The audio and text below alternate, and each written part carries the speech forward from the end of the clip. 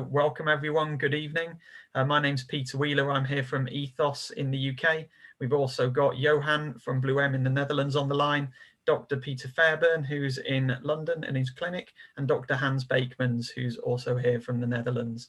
We're really excited to be doing this event this evening, EthOss in association with Blue M. It's the first time we've done an event with our colleagues at Blue M, and yeah, we're very happy with the response we've received. Just so you know, if you've not been on a Zoom webinar like this before, everyone's microphones are muted. There's too many delegates online for us to do anything else, unfortunately. So if you've got any questions, there is a questions and answers tab at the bottom of the Zoom screen. You can just click on that, type your question in, and we'll run through all the questions with Dr. Fairburn and with Dr. Beekmans at the end. We will record the webinar as well, and a recording will be made available to all of the delegates who've registered for the main Zoom session. If you're watching it on Facebook Live, then you'll need to contact us, so you won't automatically receive a copy of the recording. That's all the introductions from me, so I'm going to pass the presentation over to Dr. Peter Fairburn in London now. Peter will talk for around 30 minutes, and then Hans is going to speak for around 30 minutes after that as well. So Peter, over to you. Thanks a lot, Pete, and thanks a lot, Johan, for helping put this all together. And it's great to be with Hans, and we'll get a lot more information about what Hans is doing later on, which I find incredibly interesting. So it's goeienaand allemaal, and let's get started. And you know what today's topic is simple, really, and it's the key to sort of healing, really. And that's oxygen, whether from the cellular level all the way up. It's one of the keys about actually healing. When we look at sports injuries now with hyperbaric tents, this is the area that I've always been interested in, and it's about how to help the body to heal. You know, I've been working on these concepts for over 20 years, 6,500 grafts, and I remember in 2008 I did a lecture in Zurich. And the title of that lecture is "The Body Wants to Heal, Let's Work with It." And I feel this is a really important aspect, is to understand healing, understand how the host is healing, the biology of healing, and to do as little surgery as we can, and to optimize the host benefits. And this is what I've been doing over the years, and it led to the development of EthOss, which is a synthetic, which is helpful as well. We're not going to go into it about the research.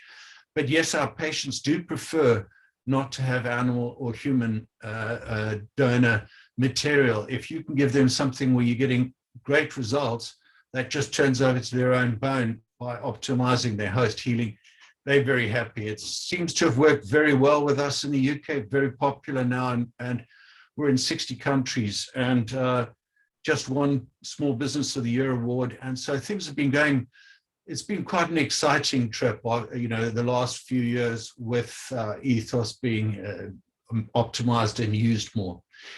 So what it's all really about is actually being able to dispense with the use of a membrane. And this is something that is quite an anathema to our friends in the Scandinavian countries, where obviously the idea of GBR came from. But in actual fact, the periosteum is the miracle. And by placing a collagen membrane, we're seriously impeding healing, as the study that I did with my good friend Minas points out. We're just doing a full publication at the moment. But here, when we actually, on Ravid Calvaria, used a membrane on one side, no membrane on the other side, in the new bone, there was 50% less blood vessels.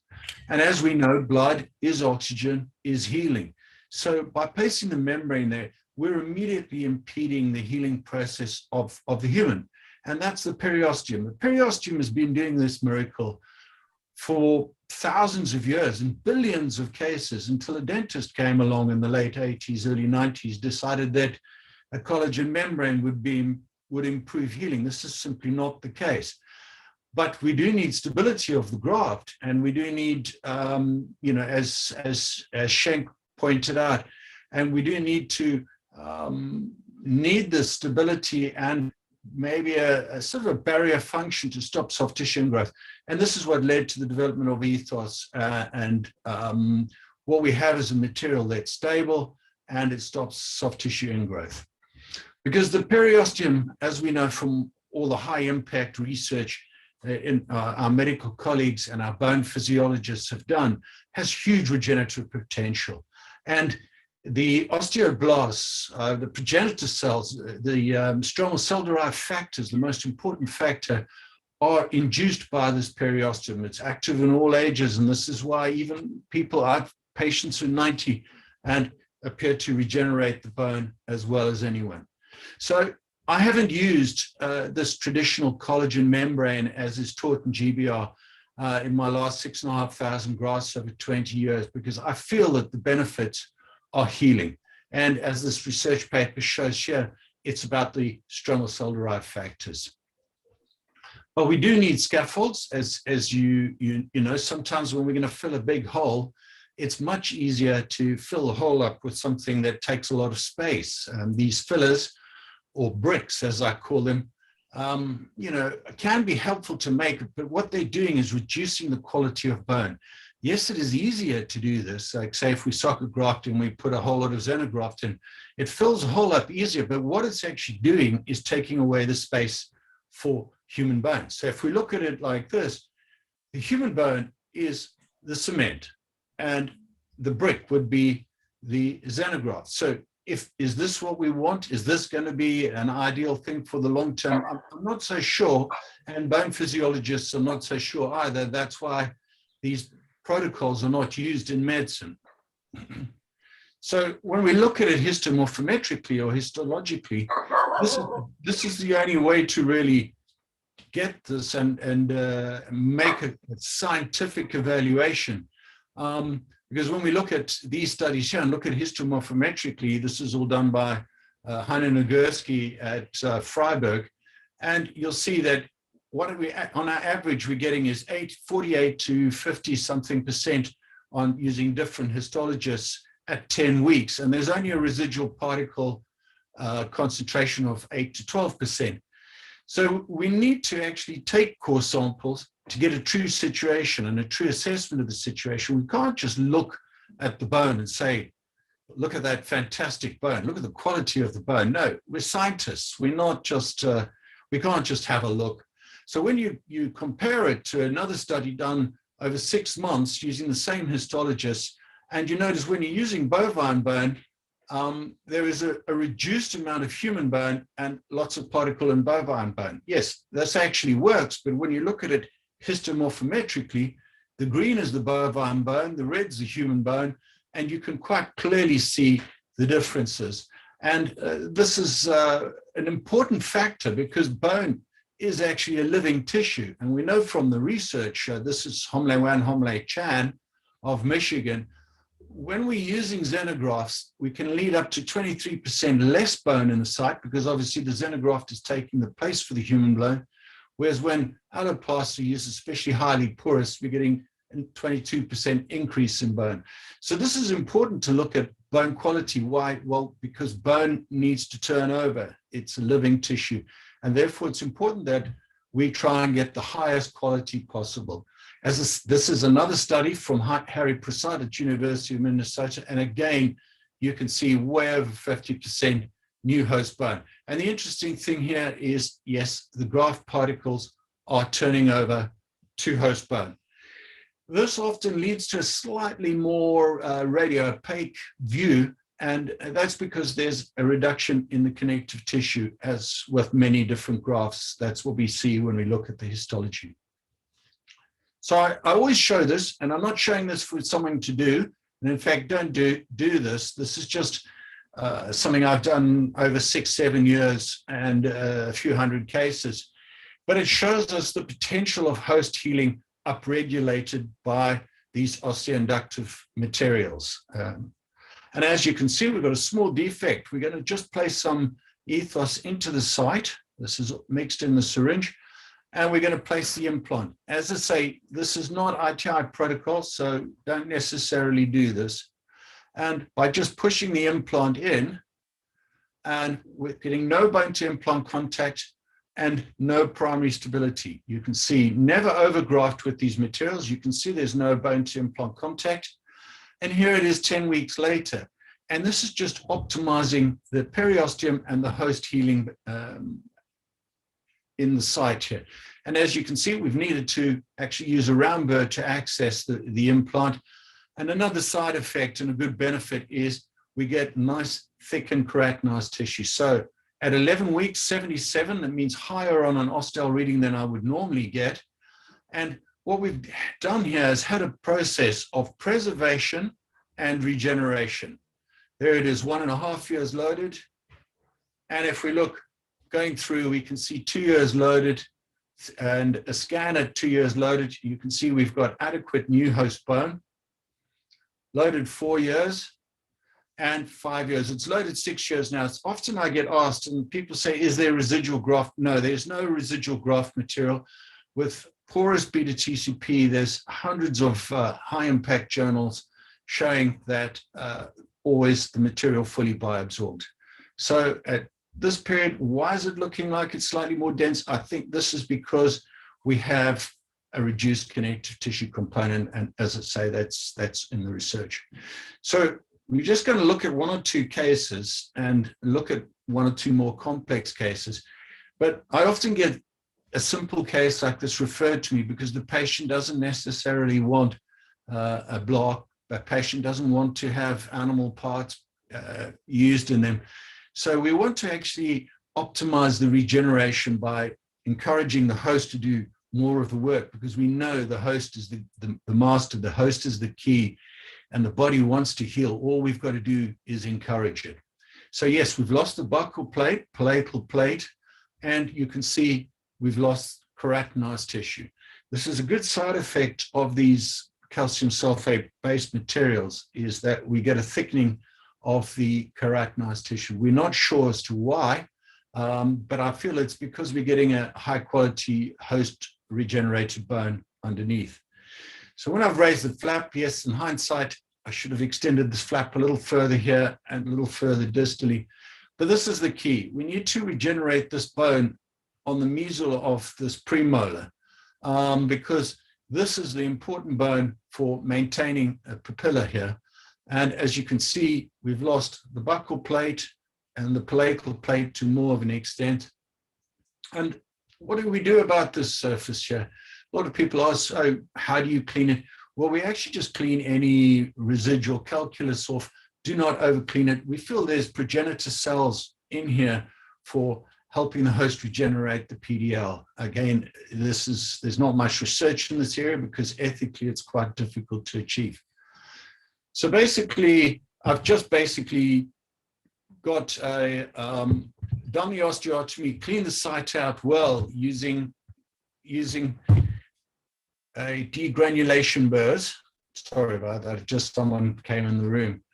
And then we've cleaned the site fully, and we make a wetter mix of EthOss, and we're going to just place the implant into this wetter mix of EthOss. This is the level we're going to place the implant. So half of the implant is actually going to be above where the buccal and palatal plates were. So we're going to regenerate vertically. So as you can see, that's where the buccal plate is. Here we can see it's placed now into the graft. Only this sort of section, this apical section, is in the host bone. So you can see I've now screwed it in, and now we've got the implant to the correct level for this system, which is 1 millimeter subcrestally. We can take that by looking at the adjacent bone where we imagine it would be. We then graft with a dryer mix over the top, and we're allowed to set using a sterile gauze. And so we get the nurse to hold a sterile gauze over the site, and we suture it closed. Now, the idea about big releasing flaps is another thing that I don't feel is that good an idea, because when we do a big releasing flap, we create more movement in the site. Plus, we bring this mucosal tissue over the implant area. Whereas if we actually just do a tension-free suture and we leave the palatal aspect slightly open like this, which heals by secondary tension in a few days, we've effectively moving keratinized tissue buccally, which is going to be a benefit later on. And this is one of the reasons why I very rarely have to do any soft tissue surgery on my cases. So at 10 weeks, the site's improved. Now we're doing a papilla sparing incision, you can see on both sides, because what we have now is new host bone. Can you see this? Up against the adjacent tooth and up against this adjacent tooth. And now we have a new host buccal plate, and you can see, yes, the implant is now 1 millimeter subcrestally, so we need to get a round burr to access the implant. I then access the implant, place a little more EthOss, again, suture closed with PTFE, and there it is 5 days later at healing. And we just, with this particular case, all I'm going to use is a larger stock abutment. I'm using a lot more cervical system, and I'll show a case of that later. And again, always using Blue M gel. Whenever I'm taking healing caps off, putting healing caps back on again, trying crowns out, I always use Blue M gel because this will help prevent infection in the bony side. And then here it is loaded 2 weeks later. So we've taken it from this situation to this in this shorter period of time. As you can see, we've restored the profile. We've got some nice keratinized tissue, a collar. And at a year later, you can see the effect of this case. Now, at 6 months, we needed to do some work on the other side. And as you can see, it allowed me to scan it. But what we're going to do is just go through the x-rays. You can see the loss of bone in the site. You can see where the buccal plate is. With the palatal plate, you can see that vertical loss. Here it is just grafted with EthOss. Here it is at 10 weeks. It's getting ready to load. This is at 12 weeks when we've had the big healing cap on and loaded 6 months. Now we managed to get a scan of this case at 6 months. And as you can see, we have a nice buccal plate and we have a new palatal plate. And the interesting thing is the last slot where we actually can look right up against the adjacent tooth and we can see we have nice residual and nice new host regenerated bone. As I said, whenever you're taking crowns off or healing caps on and off, I always use Blue M gel or in extreme cases, a letter mix if I'm a bit worried. This is a standard protocol which we published in 2015, 600 cases, and it follows extraction at 4 weeks later, implant graft, and then loaded 10 to 12 weeks. Because the key about everything, as we can see by this research paper using calcium phosphates and angiogenesis, is this idea of improving angiogenesis. So as the calcium sulfate element of EthOss resorbs, it allows for further neovascular ingrowth and improved angiogenesis. So I always like to use Blue M over the top just to help my initial healing. So how does this all work when we're looking at it as to the osteoinductive aspect? And when we look at the study done by us on rabbit calvaria again, yes, this is a xenograft. And yes, it's working and it works very well. It's hard. But when we actually look at core samples of this, only 5 to 10% is actual rabbit bone. The other thing that works very well is autogenous. It's the gold standard. But as you can see, we can lose volume. We've known this for a long time, hence why there's been a tendency to mix these two together.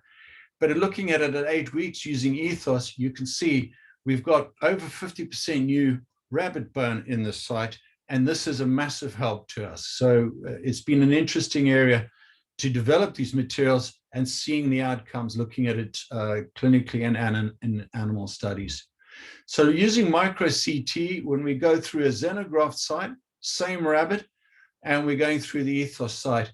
And the interesting thing is not from the outside where we expect bone, but in the center. And when we look at it, the exact same rabbit at the same level, what we can see is with the xenograft, yes, it works very well, and we've used it for a long time, but we're getting osteoconductive, whereas with the EthOss, we're getting the best quality bone right in the center, showing an osteoinductivity, which is described by Richard Myron in his new research. How do we look at this osteoinductivity? Well, we've also looked and done our own studies by implanting a number of different materials into muscle tissue in the thigh of a rabbit. And with EthOss, we have early osteoid formation up against, you can see this is in the muscle tissue. So these studies have been repeated by many different and using many different materials. So I'll just show briefly what we're doing more currently, and just some new ideas that I'm using the cervical system. So if we get a case like this, you can see we've lost height on the bone, we've lost the buccal plate, this is all healed, lack of keratinized tissue. So I raise a slightly bigger flap here, doing the osteotomy in the correct position. And then I'm just going to make a small hole here and here using a green stable lock. Then I've got a small section of this 2 PDS suture. And as you can see, I feed the 2 ends in, and we've got a nice bow tent. This will then resorb at 6 months, so we don't need any secondary surgery. And this helps support the soft tissue rather than having a tenting screw or something we have to remove, or a titanium mesh. This will resorb by itself. And then by using a cervical system, I get a customized abutment made. So as you can see, we've got a small buccal defect. We're going to use this tenting to help hold the tissue away, to help the host regenerate the hard tissue here. And we've got the cervical system over the top. So as you can see, we basically can now place the EthOss underneath the situation and then just suture it closed into using PTFE. So you can see what we're effectively doing is moving this keratinized tissue buccally and then helping the host to regenerate hard tissue underneath. And here it is a week later. And you can see, so you don't have to do any secondary surgery. The patient, everything gets done all in one surgery. So basically the soft tissue correction and the hard tissue regeneration. And there it is before and after. And here's another case using the same sort of principles. So you can see, so instead of having to place the implant, then move the soft tissue, we do it all in one go and in one healing procedure, and we end up with an adequate outcome. Sinuses, yes, we use them in all different sinuses, but I'm just going to show basically a conceptual idea to make sinuses easier. In this particular case, by the time both these teeth were out, there was only 1 millimeter of bone. So I socket grafted with EthOss. Here it is at 10 weeks later. There's 10 weeks. Raise a flap, and you can see now we've got nice new host regenerated hard tissue, and it allows me to choose versa so that I can actually just drive new EthOss in just to gain a little more vertical height, place the implant, and then graft just a little distally here. As you can see, nice dry EthOss. And 10 weeks later, I can place the restoration. So that is before and at placement. And here it is loaded 2 years.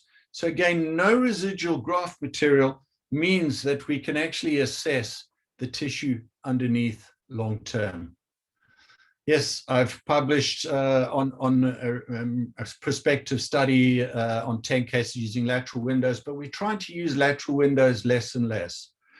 So this is the final case of mine, and it's the removal of a small radicular cyst.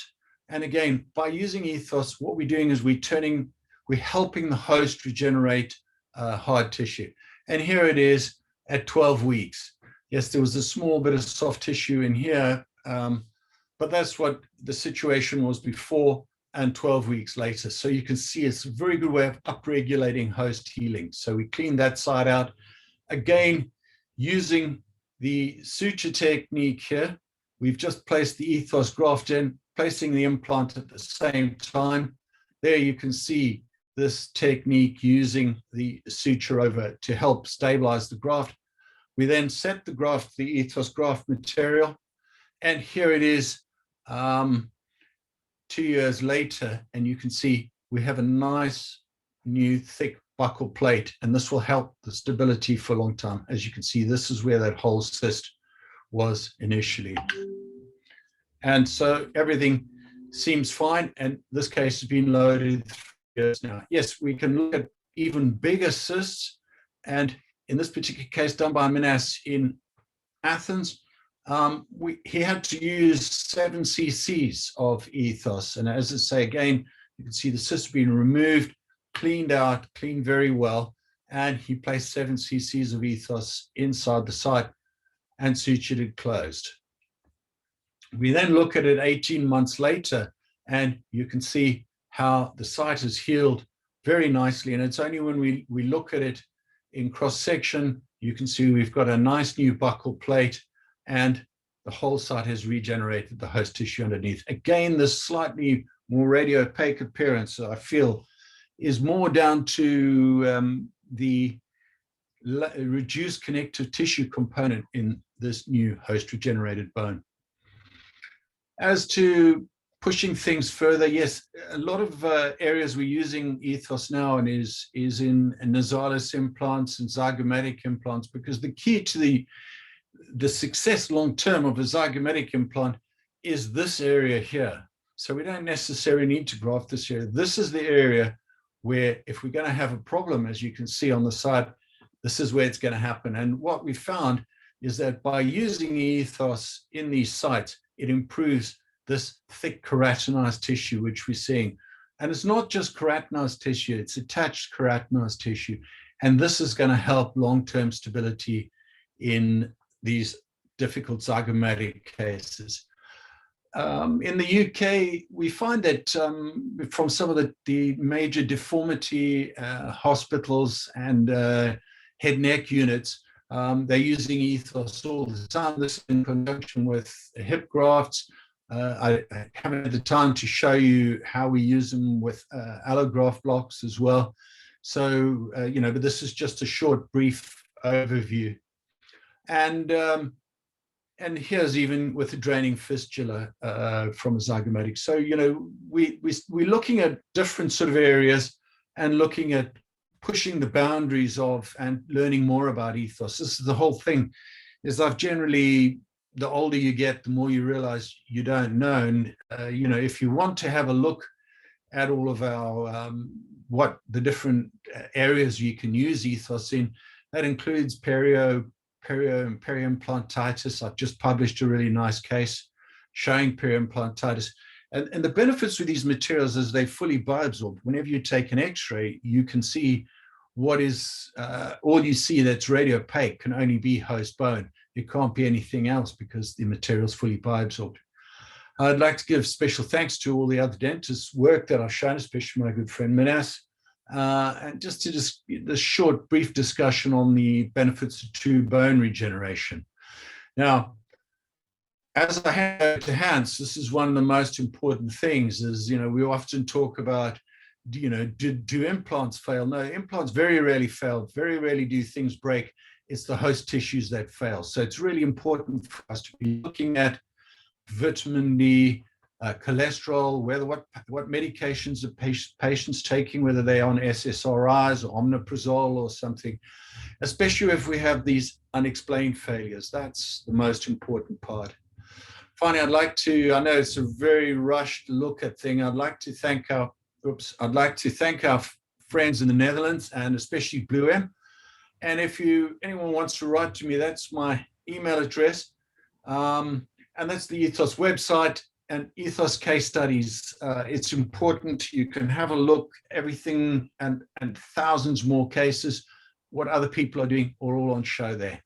Right, thank you very much. Sorry, that was a real rush. And I'll hand you over to Hans, who will talk more about this host sort of idea of host physiology. Thank you very much. Perfect, Peter. Thank you. So, yeah, Hans, if we can share your screen. Yeah, there we go.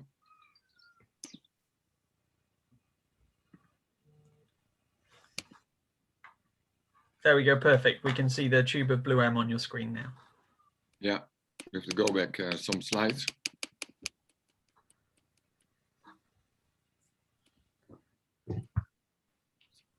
There we go. So there we go. Thank you. So, well, Peter, thank you very much for what you showed us.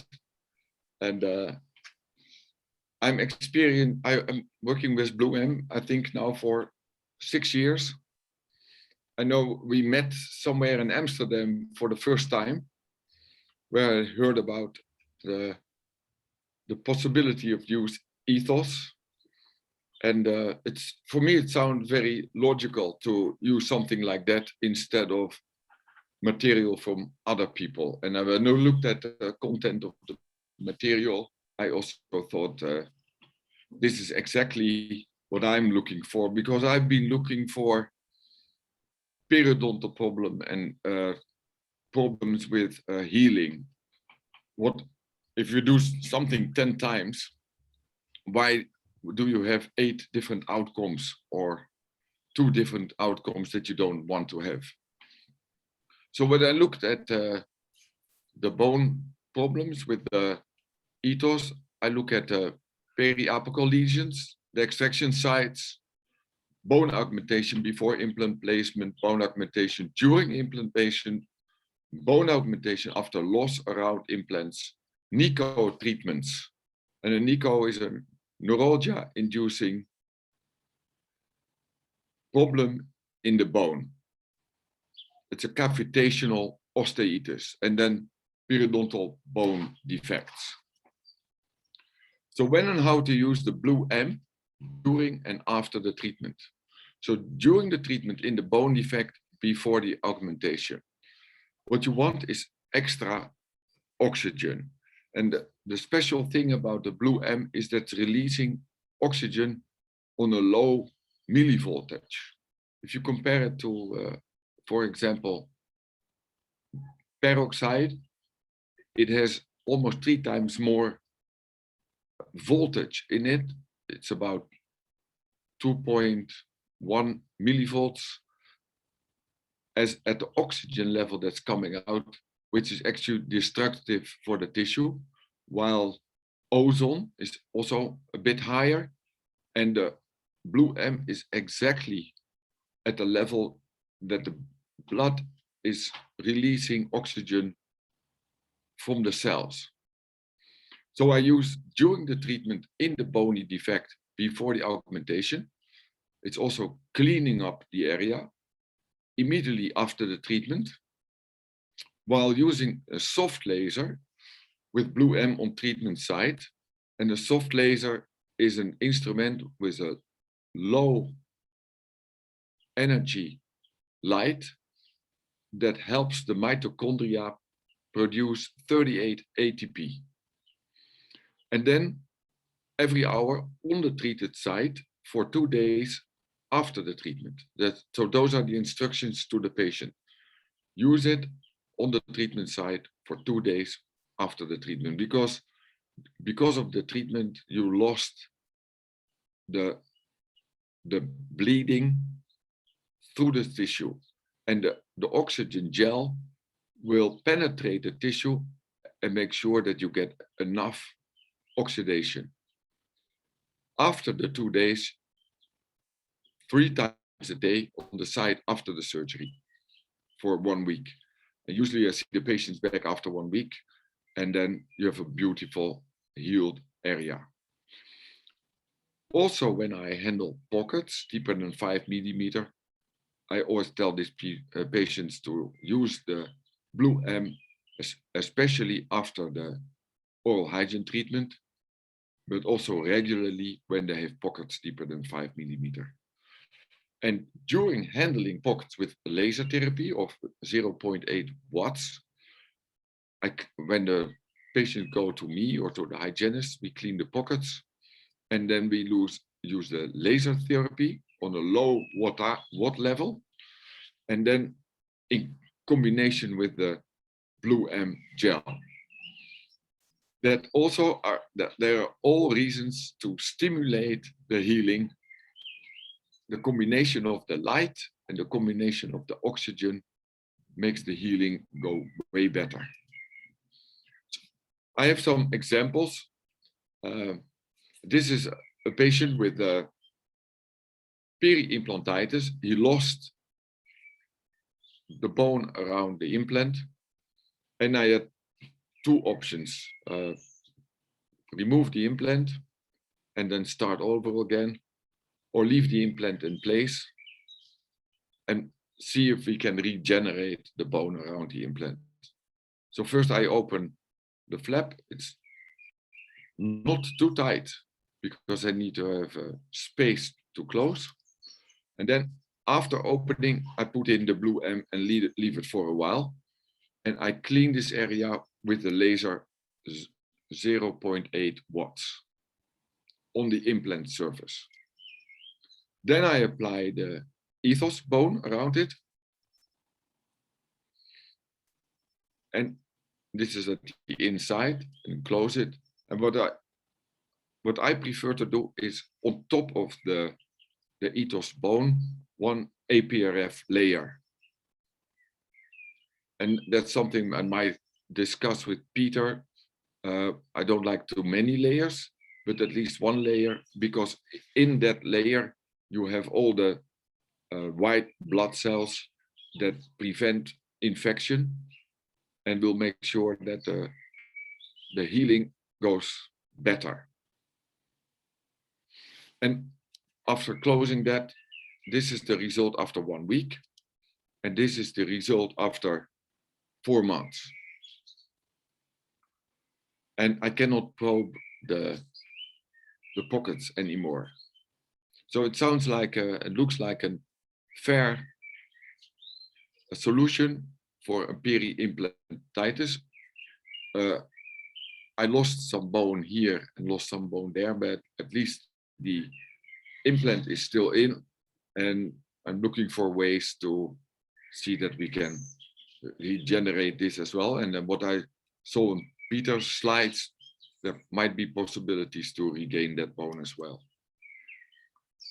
Then some of us are using Zirconia implants with no bone enough. So I have a case here of a Zirconia implant.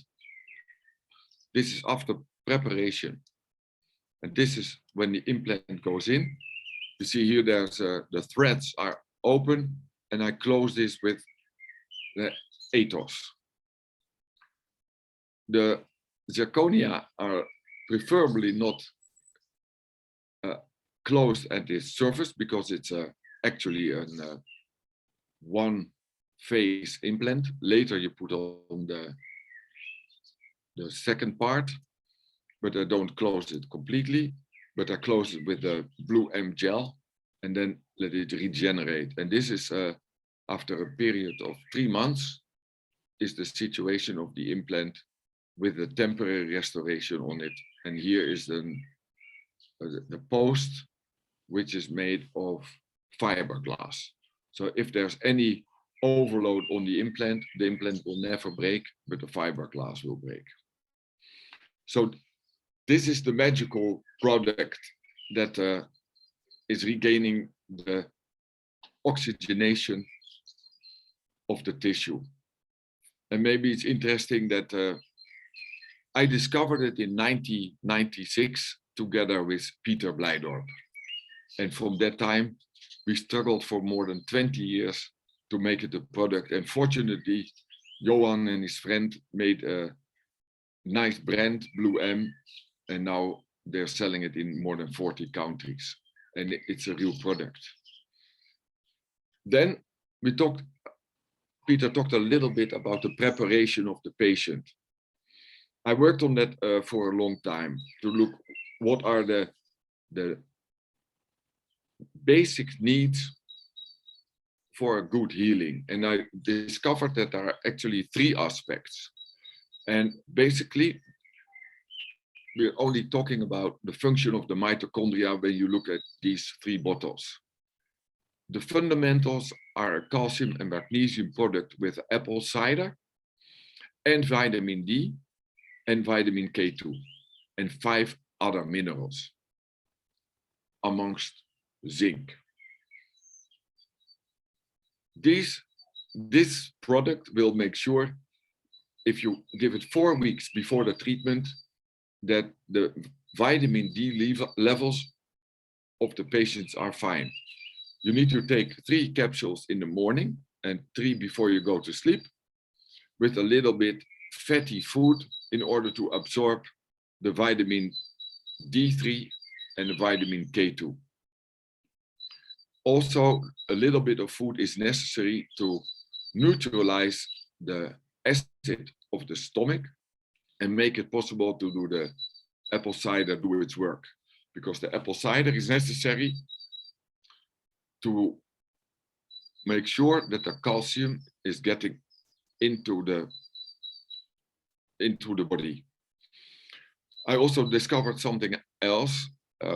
basically I was looking for what is the real reason for cavities and bone loss, and I discovered that the basic need of the body is calcium and magnesium in a 2-to-1 ratio. And if you don't administer that through the food, then the tissue, the mitochondria will make sure that they get it. And the first place where they get it from is the mouth, is the teeth, the bone around the teeth and the bone around the implants. And an interesting thing is that grinding is also a way to get calcium magnesium in the bloodstream. So this product is preventing periodontitis, Peri Implantitis, grinding, cavities, and make sure that the implants will heal well because of the D3. And with 6 capsules a day, you have enough D3 administered to be sure that after 4 weeks, the vitamin D level, even with patients with low D levels, are in order. This product is vitamin C. Your mitochondria can only work when you have enough vitamin C. There are other functions of vitamin C, but the most important function of vitamin C in the mitochondria is to get rid of the antioxidants. So the vitamin C makes sure that the free radicals are gone, that the mitochondria can work optimal. Some people know it, that when you take vitamin C before you go to sleep, you don't sleep well because the body is getting too active. So in order to heal well, you have active mitochondria. And the finalization of active mitochondria is this product. There are 3 oils. It's krill oil, ubiquinol, and vitamin E. And it all comes down to the 38 ATP production of the mitochondria, and when they are in action, they produce free radicals, and they need to be antioxidized. Otherwise, the mitochondria will kill themselves with a ROS system, and that's not what you don't want. Mitochondria should stay alive, should keep the cell alive, and should make energy. There's one situation where you want the ROS to be in action, and that's when the DNA is not duplicating well.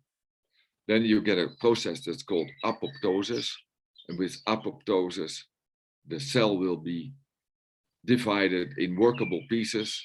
You don't get a cell death, the cell will change in particles and will be reused.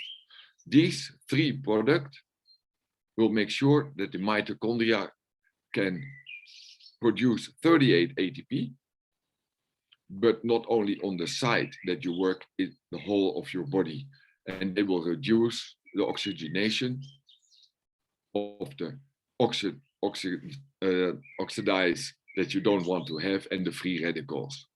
So there are also machines like the soft laser and the ATP 38 machine that will make sure that the mitochondria work well, but you have to feed them well, otherwise they don't do their work, or they don't do the work on other places.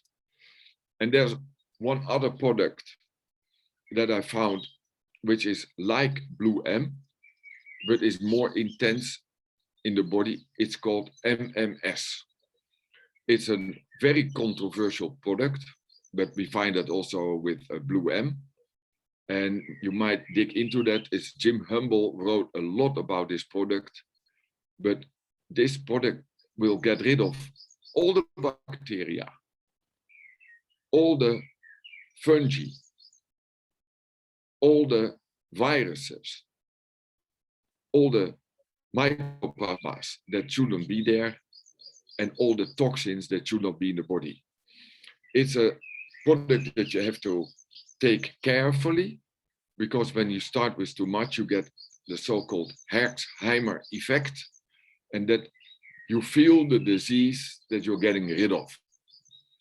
So you should do this in a low dose and increase the dose, but especially after severe treatments where you might have a chance of infection, like the case that I showed you with the Peri Implantitis. When you give this on a 3-drop dose every day, you don't get any infection. This is something you have to look into yourself. It is a too complex a subject to go over in this lecture.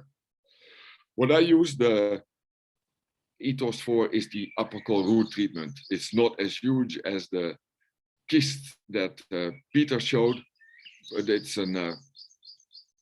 a case that I took a CBCT scan. It's a pretty big holes, and when you open it like this, it is quite some bone loss around the teeth.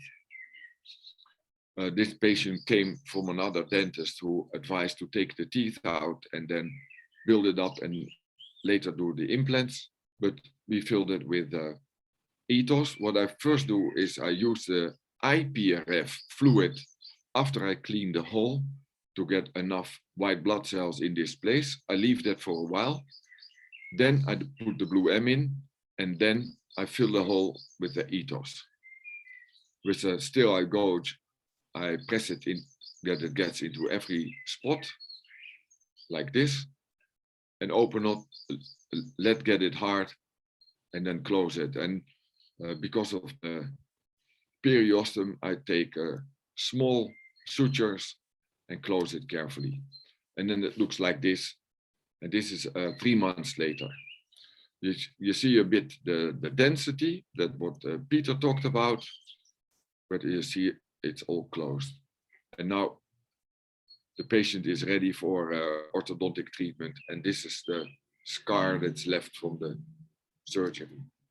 Then I have another case of a NICO treatment. So it's the neurology-inducing cavitational osteitis, an infection in the bone. And when you first open the flap, then you see bone. And even when you open it a bit further, it still looks okay. But then when you get further, then it's all fluffy, oily blood. And then you have to clean it up. And then what I tried, according to Chacroun, is to mix the EthOss with the IPRF, but like here, it doesn't work. That's no good combination. It only works when you use xenografts or human bone, but with the EthOss, this IPRF is not working. So it didn't get hard. We couldn't get in place. And finally, I finished it like this with the dry EthOss, with the gauge. I closed it with the one APRF layer and closed it. And this is before the treatment. And you see here what a huge hole it was. This is before, and this is after. And it healed very well. Well, this is also a case like you showed, Peter. I built it up here with the EthOss bone, and you see it's stable here and in place. Then after using that, I often use the soft laser. This is the laser light, and you see here the blue M on the side.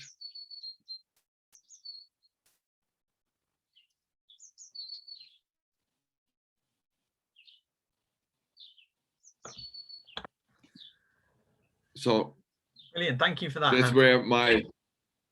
That's where I was ending. I thought I was in time, maybe a bit too short, but I was also afraid to get out of time. Maybe if there are questions, I can answer those questions. Yeah, of course. So I'd invite all of the delegates still on the line. You can see there's a questions and answers, a Q&A box at the bottom of your screen. If you've got any questions for our panelists, please feel free to ask them a question in there and we can run through it and answer the question now. Peter, we did have a question about the suture tenting technique. So I don't know if you want to expand on that a bit. The specific was about the type of suture that's used. Okay, it's 2 PDS used by Ethicon, manufactured by Ethicon. And the good thing is it's resorbable in probably 6 to 8 months. If you actually go to the ethos.dental website, there is actually a whole webinar on it from Mike Ainsworth, isn't there, Pete? And if we look on that, you can then go through the whole procedure and you can see him practicing on an orange in that, because the difficult thing is making the 2 holes and bending the suture from one hole and placing it into the other hole without the suture basically flying off into the distance. But that's what actually keeps it and stabilizes it, by bending something that always wants to straighten.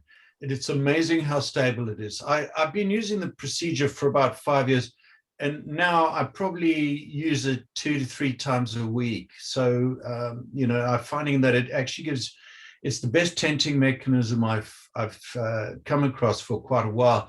And that's mainly because you don't need secondary surgery, I guess, to remove it. And that helps a lot. So a question now for Hans, I think. Could you kindly go over the soft laser protocol? What type of laser machine do you use? Yeah, it's a soft laser. It's a small laser instrument. It's this size, 10 centimeters. It's called EPIC laser. And it has about 100 different modules that you can use. You can use it for surgery.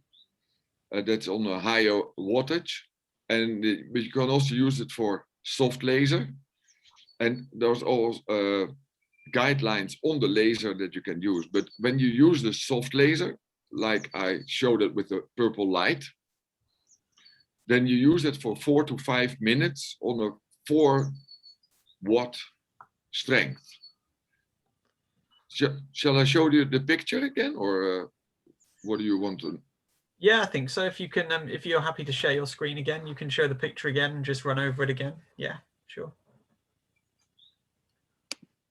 So this is the one. This is the instrument that's holding it.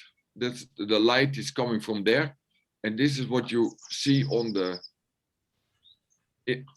teeth, on the mouth, and you can vary the distance. If the patient is anesthetized, you should be careful that you don't overheat it, but you can also use it when the patient has no anesthesia, and you can also do that repeatedly. For example, this patient had a huge pocket of about 12 millimeters. We opened the flap, we cleaned the surface, because there was a sort of a craquelé on the surface. We cleaned it, we closed it back, and then in 4 weeks' time, the pocket was completely gone. But so I did nothing of adding bone or anything. I just cleaned the surface of the root, closed the flap, and I guided the surface, the surgery with the soft laser and the blue M. It's amazing simple. You don't need anything else. You just clean the surface. And you use the laser, because that's what I talked about. You want the mitochondria to work. So these patients also use the products from the 3 bottles. It's no more complicated than that. If you want to use supplements, you only need the 3 of those. Yeah. Because they are the basic supplements. So a question about using Blue M in combination with EthOss. I think this is a question for both of you. When you are applying Blue M to the site, during surgery? I think I'll start with you, Peter. How long do you leave it in the site? And do you do that before the EthOss, after the EthOss? What's your protocol for applying the gel? Yeah, in some cases where there's been the possibility of infected tissue in the site, after we've degranulated the site, we place some Blue M into the site and then clean out afterwards. After all the surgery, I always just put some Blue M over the top of the surgical site just to help with the initial healing. It doesn't last that long. Johan will back that up. But what I do is they've come in nice tubes of Blue M gel, and you can actually give it to your patient, especially in bigger surgical cases, that you give it to them and they take it home and apply it themselves, just to help the site heal. And also, it's just a covering over and an antibacterial function. I've tried lots of other things to cover over sites, and the patients tend to take control. Once they leave your surgery, you've lost control of the patient. So it's quite nice to sort of just give them a gel and say, look, if you just place some of this gel on the site, 3-4 times a day for the next 2 days, 2-3 days. I agree with you, Peter. It's easy, it doesn't taste bad, and it works immediately.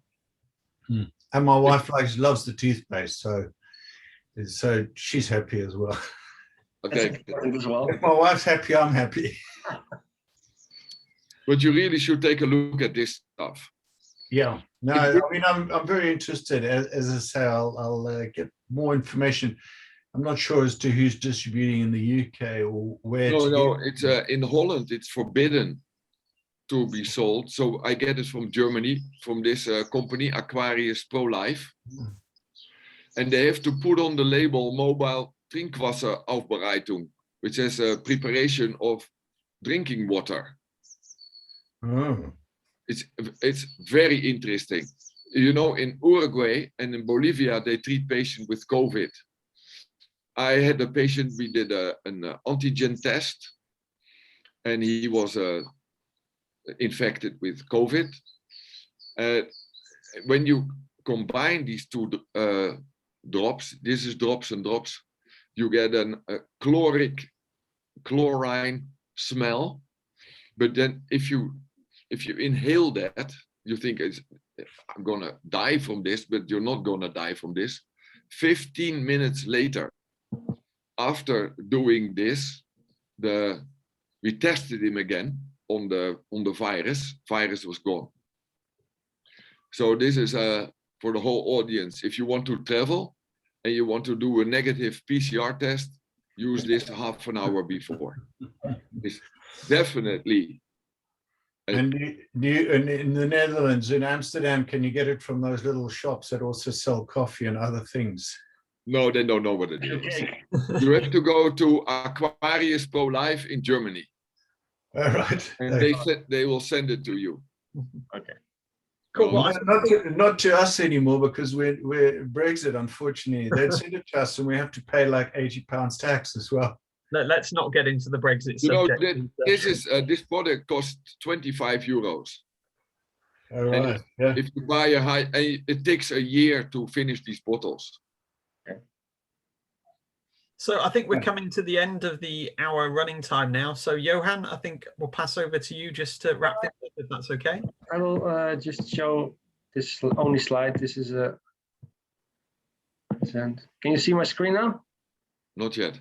Yeah, we can see it now. Okay, great. And this is just one slide to show that we have a competition going on. You can find more info about this on our Facebook page or on our website. We have a competition for clinicians to make a poster using our Blue M products. And we have a clinicianal board with 5 dentists from all over the world, and they will pick the 5 best posters that are sent in. And these 5 will be invited to join us at Europerio next year, 22 June, to be there as our VIP guests. So if you have a nice case, please make a poster of it and submit it, because there's a really nice prize to win. So I hope to meet you in Copenhagen next year. Yeah, it's a really nice prize, and I think we're all looking forward to when we can go to events like. Well, we can go to events. Yeah. And the VIP treatment is a night out with Johan in a very expensive restaurant I know in Copenhagen. Yeah, it will be really nice. It will be really nice. Yeah. And I'm really looking forward to it, to finally have a live event again instead of Zoom. Or it's good, but Yeah, those to define as well. Live is better, for sure. without a doubt, live is better. It's easier to, and you don't have as many distractions in live. No. Thanks a lot, guys. I also would really like to thank you all. Like Hans, really thank you a lot for the lecture. Peter, great job. Thank you a lot. Thank you very much, everyone. Thanks. Bye-bye. All right, and have a great evening. Thank you all. Bye-bye. Thank you. Bye-bye. Bye.